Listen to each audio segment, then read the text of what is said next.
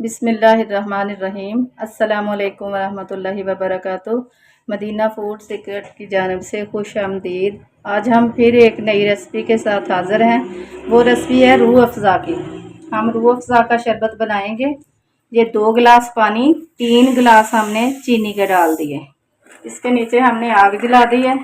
चीनी को मेल्ट होने का इंतज़ार करते हैं। ये घर में बनाना बहुत ही आसान है, ज़्यादा मुश्किल नहीं है और साफ़ सुथरा भी बनता है, अच्छा भी बनता है। इसकी खुशबू भी बाज़ार से कई गुना ज़्यादा होती है। जो बाज़ार से मिलता है उसमें चीज़ें भी पूरी नहीं होती, खुशबू भी इतनी ज़्यादा नहीं होती। जो घर में बनाया जाता है उसकी खुशबू बहुत प्यारी होती है। इसको बना के रख लें तो 1 साल तक ये चल सकता है। फ्रिज के बाहर ही 1 साल तक चल सकता है। इसमें मुसलसल चमच चलाते रहना है कि चीनी जो है वो नीचे ना जम जाए। ये 4 चम्मच है टाटरी जी, ये हमने इसमें डाल देनी है। और ये 4-5 छोटी इलायचियाँ थी, इसके बीज डाल दिए हैं। इसका पाउडर भी डाल सकते हैं, बीज भी डाल सकते हैं। चाश जो है हमारी पकना शुरू हो गई है। अब हमने इसमें डाल देना 1 चुटकी नमक। ये 1 चुटकी नमक डाल दिया हमने। 1 चम्मच रूह क्योड़ा डाल देना है। ये है रूह क्योड़ा, किसी भी पंसारी से, किसी भी मार्केट से ये मिल जाता है, बड़ी आसानी से मिल जाता है रूह क्योड़ा। अरके गुलाब जो है वो हमने इसमें सिर्फ 2 चम्मच डालने हैं। 1 तार का शीरा हमारा बन चुका है। अब हम इसमें फूड कलर ऐड कर देंगे। ये फूड कलर है। ये हम 1 चम्मच गुलाब एसेंस डाल रहे हैं, खुशबू के लिए, जायके के लिए। ये बनाना बहुत ही आसान है और बहुत जल्दी बन जाता है। बाज़ार में जो मिलता है वो इतना अच्छा नहीं होता।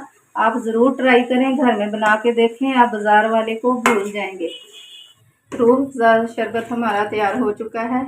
बहुत ज़बरदस्त बना है।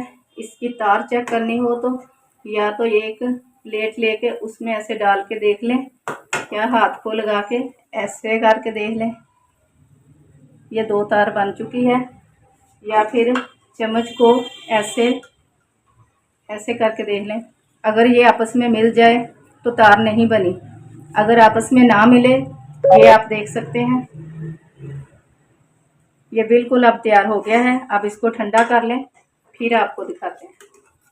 रूह अफ़ज़ा शरबत हमारा बनकर बिल्कुल तैयार हो गया। अब ये ठंडा भी हो गया है। हम अब इसको डाल देते हैं एक जग में।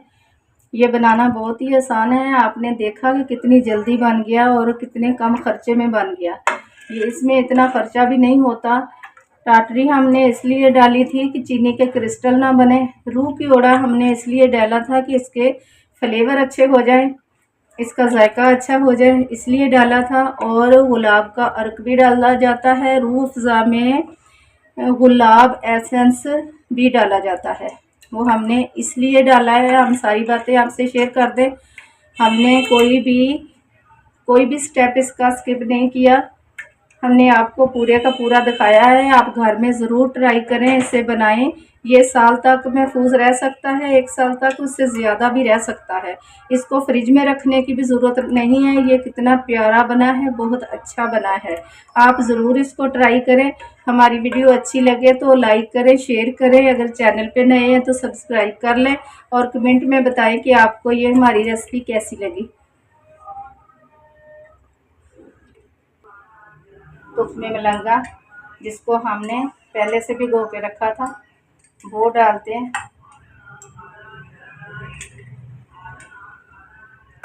और इसमें आइस क्यूब डाल देते हैं।